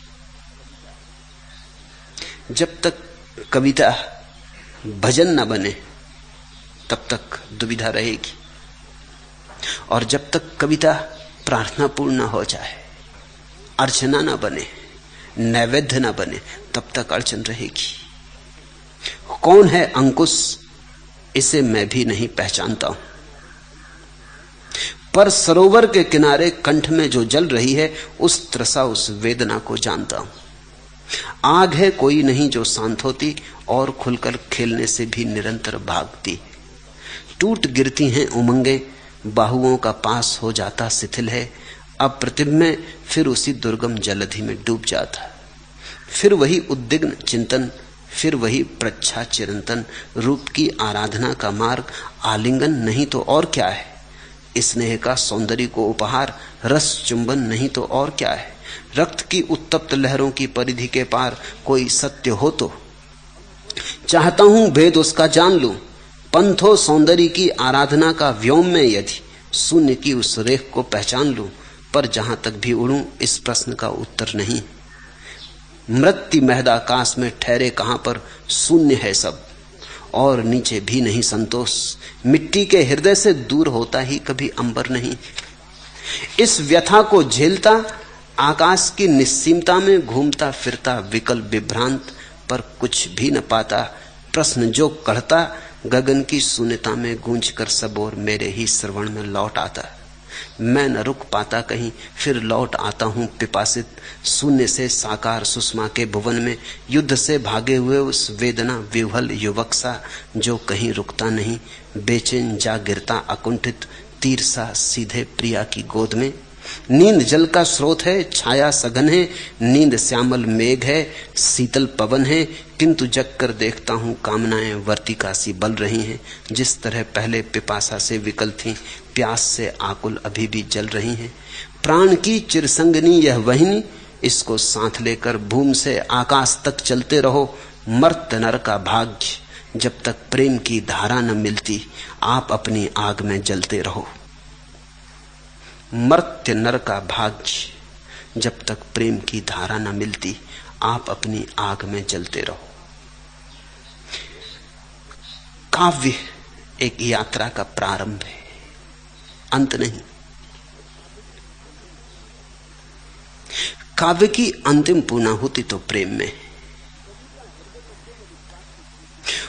कवि का हृदय तो केवल इस बात की सूचना दे रहा है कि प्रेम की बड़ी गहरी संभावना है जो नहीं घट रहा है। करो प्रेम। तुम पूछोगे कैसे? फिर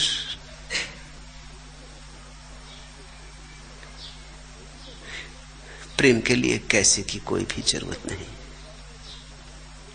शुरू करो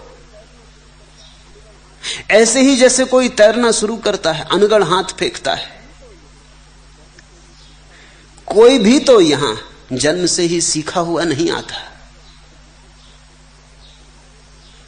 सभी को हाथ इर्छे तिरछे फेंकने पड़ते, फिर धीरे धीरे तैरने की कुशलता आ जाती। करो प्रेम। वृक्षों से करो, पशु पक्षियों से करो, मित्रों से करो, प्रियजनों से करो। जहां मौका मिले प्रेम का चूको मत। हम बड़े अजीब हैं, हम प्रेम के संबंध में बड़े कृपण।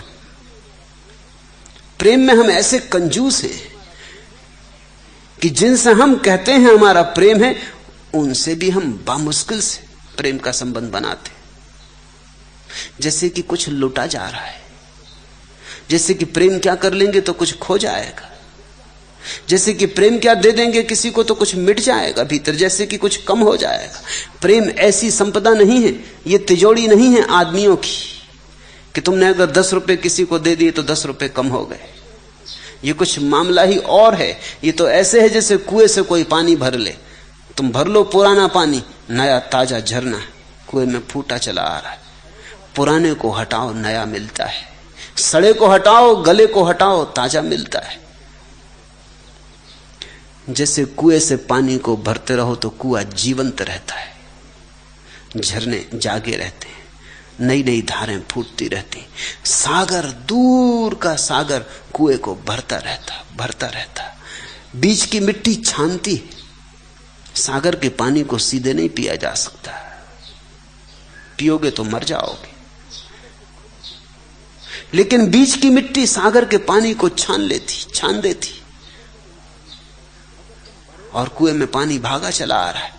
अगर तुम भरोगे ना पानी, बांटोगे नहीं पानी, तुम कहोगे मेरा कुआं खाली हो जाएगा, तो तुम्हारा कुआं सड़ेगा, मरेगा। धीरे धीरे झरने बहेंगे नहीं तो सूख जाएंगे। अब तुम पूछते हो कि झरनों को कैसे खोलें? मैं अवरुद्ध पड़ा हूं, एक अरसे से रुंधा पड़ा हूं, कैसे खोलूं इस झरने को? मैं कहता हूं बांटो प्रेम, निमंत्रण दो लोगों को। जहां मौका मिल जाए, परिचित से अपरिचित से, अपने से पराये से, पहचान वाले से अजनबी से, प्रेम में कुछ भी तो तुम्हारा खर्च नहीं होता है। दो, जरूरी नहीं कि तुम कुछ दो ही।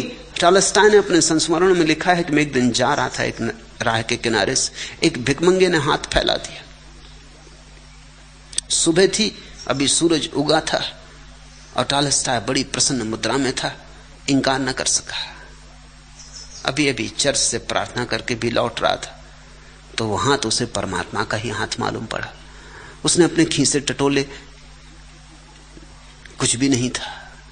दूसरे खीसे में देखा, वहां भी कुछ नहीं था। वो जरा बेचैन होने लगा। उस भिखारी ने कहा कि नहीं, बेचैन ना हो, आपने देना चाहा, इतना ही क्या कम।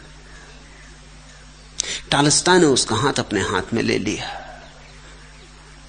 और टॉलस्टॉय कहता है मेरी आंखें आंसुओं से भर गई। मैंने उसे कुछ भी ना दिया, उसने मुझे इतना दे दिया। उसने कहा कि आप बेचैन ना हो, आपने टटोला, देना चाहा, इतना क्या कम है, बहुत दे दिया। ना देकर भी देना हो सकता है, और कभी कभी देकर भी देना नहीं होता। अगर बेमन से दिया तो देना नहीं हो पाता। अगर मन से देना चाहा ना भी दे पाए तो भी देना घट जाता है। ऐसा जीवन का रहस्य। बांटते चलो, धीरे धीरे तुम पाओगे, जैसे जैसे तुम बांटने लगे ऊर्जा, वैसे वैसे तुम्हारे भीतर से कहीं परमात्मा का सागर तुम्हें भरता जाता। नई नई ऊर्जा आती, नई तरंगे आती। और एक दफा ये तुम्हें गणित समझ में आ जाए, ये जीवन का अर्थशास्त्र नहीं है, ये परमात्मा का अर्थशास्त्र। ये बिल्कुल अलग है। जीवन का अर्थशास्त्र तो यह है कि जो है अगर नहीं बचाया तो लुटे, इसको तो बचाना, नहीं तो भीख मांगोगे। मैंने सुना एक भिखमंगा मुल्ला नसरुद्दीन के द्वार भीख मांग रहा था। मुल्ला ने उसे खूब दिल खोल के दिया, खिलाया पिलाया, वस्त्र पहनाया, जाने लगा तो 10 का नोट भी दिया। फिर मुल्ला ने उससे पूछा कि तुम आदमी तो भले मालूम पड़ते हो, तुम्हारे चेहरे से संस्कार मालूम पड़ता है, तुम्हारे वस्त्र भी यद्यपि दीन मलिन हैं, फटे पुराने, लेकिन कीमती मालूम होते, ये दशा तुम्हारी कैसे हुई? वो कहने लगा, जैसे आप कर रहे हैं ऐसे ही मैं करता था, जल्दी आपकी भी यही दशा हो जाएगी। दे दे के ये दशा हुई, बांटता रहा, उसी में लुट गया। तो एक तो इस बाहर के जगत का अर्थशास्त्र है, यहां छीनो तो मिलेगा, यहां दो तो खो जाएगा। एक भीतर का अर्थशास्त्र, कबीर ने कहा दोनों हाथ उलीचिए, उलीचते रहो तो नया आता रहेगा, बांटते रहो तो मिलता रहेगा। जो बचाया वो गया, जो दिया वो बचा। जो तुमने बांट दिया और दे दिया वही तुम्हारा है अंतर के जगत में। तो दो काम करो,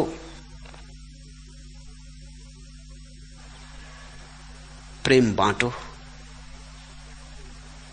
और आंसुओं को आने दो, और दोनों साथ साथ हो जाएंगे, क्योंकि दोनों एक ही घटना के हिस्से। जितना हृदय में प्रेम बटने लगता है उतनी आंखें गीली होने लगती, नम होने लगती। प्राण की चिरसंगनी यह वहिनी, इसको साथ लेकर भूमि से आकाश तक चलते रहो। मर्त्य नर का भाग्य, जब तक प्रेम की धारा न मिलती आप अपनी आत्मा में जलते रहो। ये जो आज जलन है यही कल फूल की तरह खिलेगी। ये आज जो अग्नि है यही कल तुम्हारे भीतर कमल बनेगी। मगर बांटो। प्रेम सूत्र है, और प्रेम के जगत में कैसे का कोई संबंध नहीं, बेशर्त बांटो। ये भी मत कहना किसको, ये तो कंजूस पूछता है। पात्र अपात्र ये भी कंजूस पूछता है। हम कौन है तय करें कौन पात्र कौन अपात्र? जो मिल जाए दे दो, और जो तुमसे तुम्हारे प्रेम को ले ले उसका धन्यवाद मानना, आभार मानना। इंकार भी कर सकता था, उसने इंकार ना किया, तुम धन्यभागी हो। उसने तुम्हें अपने को लुटाने का थोड़ा मौका दिया, क्योंकि उस लुटाने से ही तुम और भरोगे। उसे धन्यवाद देना। प्रेम जीवन में आए तो धीरे धीरे प्रार्थना भी आ जाती, और जब तक काव्य की क्षमता भजन ना बने, जब तक काव्य प्रार्थना ना बने, तब तक कवि को बड़ी बेचैनी रहेगी। तुम्हारा काव्य जब उपनिषद बन जाए तो कवि मर जाता है और ऋषि का जन्म होता है। ऋषि और कवि दोनों शब्दों का एक ही अर्थ है। फर्क इतना ही है कि कवि चेष्टा करके हृदय के भावों को शब्दों में ढालता है, और ऋषि निश्चेष्टा से, सहजता से, सहज स्फुरणा से भाव को बहने देता है मस्तिष्क की चट्टानों पर से। उससे जो रव पैदा होता है, जो संगीत पैदा होता है, वही उसका काव्य है, और वही उसका नैवेद्य है प्रभु के चरणों में।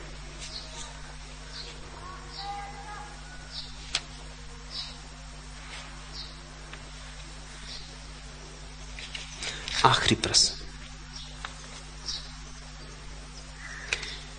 मेरे माजी के तलख अंधेरों में बता रजनीश क्या देखा तूने? गर्द से अय्याम में था उलझा, या बाहर उलझनों से आते देखा? मेरे अतीत के गहरे अंधेरे में क्या देखा?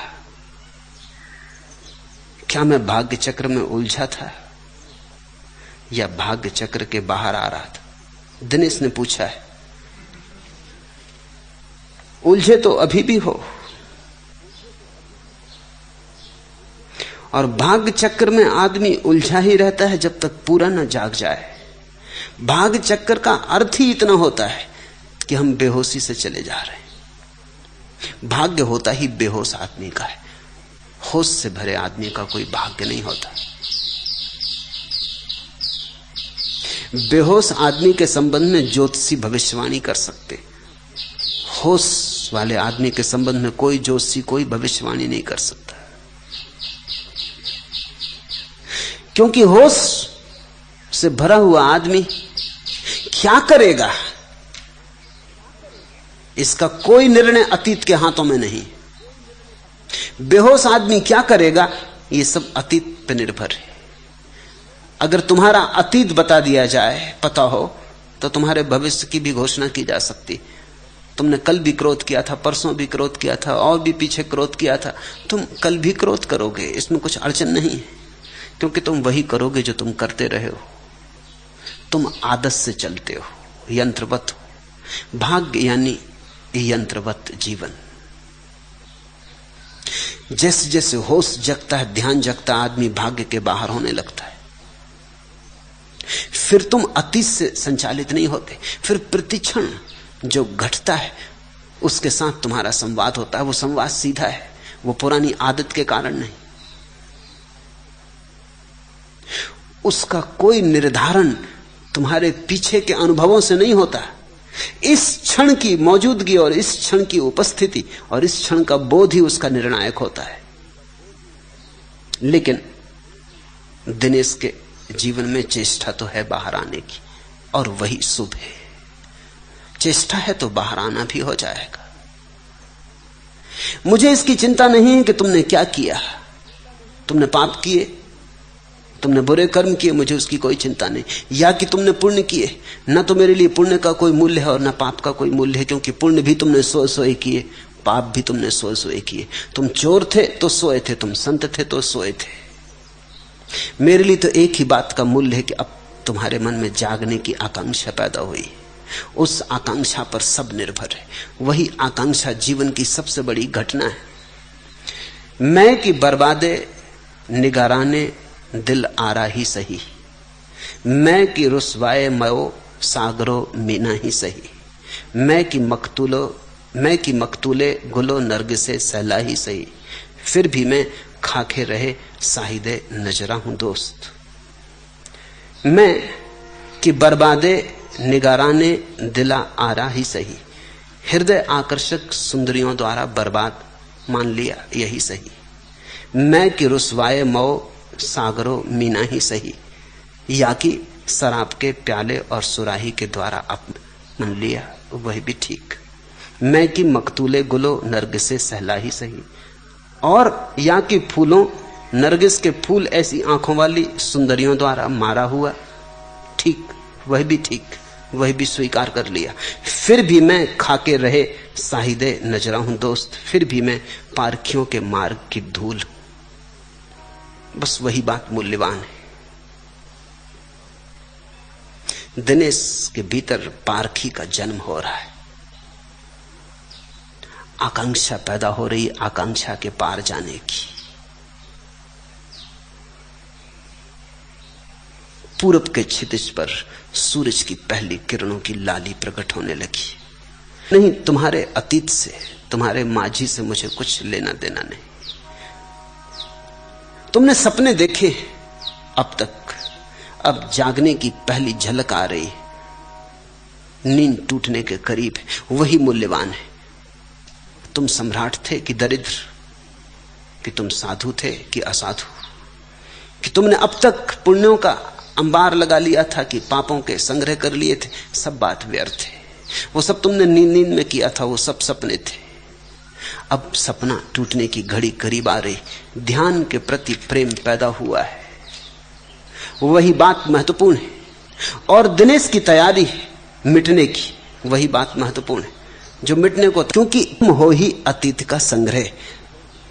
हम जो निरंतर कहते हैं यहां के अहंकार छोड़ दो, तो उसका मतलब सिर्फ इतना ही होता है कि तुम अब तक जो अतीत ने तुम्हें बनाया है उसे विस्मृत करो, उससे अपने को विच्छिन्न कर लो, ताकि ताजे के लिए, घटने के लिए जगह बन सके। बावरे अहेरी रे, कुछ भी अवध नहीं तुझे, सब आखेट है।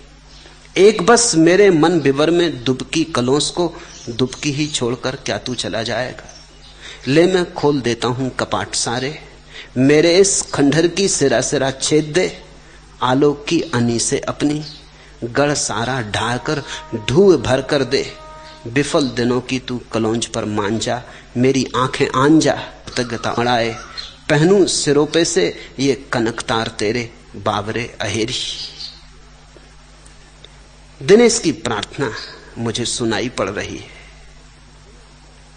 ले मैं खोल देता हूं कपाट सारे, मेरे इस खंडहर की सिरा सिरा छेद दे, आलोक की अनी से अपनी। और वही शुभ घड़ी है, वही भाग्योदय है, जब तुम किसी के पास जाके कह सको मिटा दो मुझे। गढ़ सारा ढाकर ढूंढ भर कर दे, विफल दिनों की तू कलौंज पर मान जा, मेरी आंखें आन जा। ध्यान यानी आंखों का आंजना है, ईद की धूल झाड़ना है। मेरे माजी के तलख अंधेरों में बता रजनीश क्या देखा तूने। नहीं, तुम्हारे अतीत की मैं चिंता ही नहीं करता। जो गया गया, जो बीता सो बीता। गर्द से अय्याम में था उलझा, या बाहर उलझनों से आते देखा। नहीं, अभी आए नहीं बाहर, लेकिन बाहर आने की पहली आकांक्षा उठी, और पहली आकांक्षा का उठाना आधी यात्रा का पूरा हो जाना है। ले मैं खोल देता हूं कपाट सारे, मेरे इस खंडहर की सिरा सिरा छेद दे, आलोक की अनी से अपनी। तो मृत्यु घटेगी और तुम्हारा नया जन्म भी होगा, सूली भी लगेगी और तुम्हारा पुनर्जन्म भी होगा। पर मिटने की तैयारी चाहिए, पूरी पूरी मिटने की तैयारी चाहिए। वही सन्यास है, अतीत से अपने को विच्छिन्न कर लेना, अतीत की भूमि से अपनी जड़ों को बिल्कुल उखाड़ लेना। नई भूमि की तलाश है सन्यास। जैसे अब तक जो था व्यर्थ था, जो हुआ हुआ, नहीं हुआ नहीं हुआ, अब हम उससे सब संबंध छोड़ लेते हैं। अब आगे उसका कोई हिसाब ना रखेंगे और अब पीछे लौट लौट कर ना देखेंगे। गढ़ सारा ढाकर ढूंढ भर कर दे, विफल दिनों की तू कलौंज पर मान जा, मेरी तैयार हूं तेरी आंखें आंजने को। थोड़ी तकलीफ भी होती जब आंखें आंजी जाती, आंसू भी बहते, आंख बंद कर लेने का भी मन होता, वह सब स्वाभाविक है। लेकिन अगर साहस हो तो परमात्मा सुनिश्चित घट सकता है। मेरी तैयारी, अगर तुम भी तैयार हो तो कोई रुकावट नहीं बन सकती। छोड़ो पीछे को, आगे की सुध लो। हरिओम तत्सत। आज इतना है।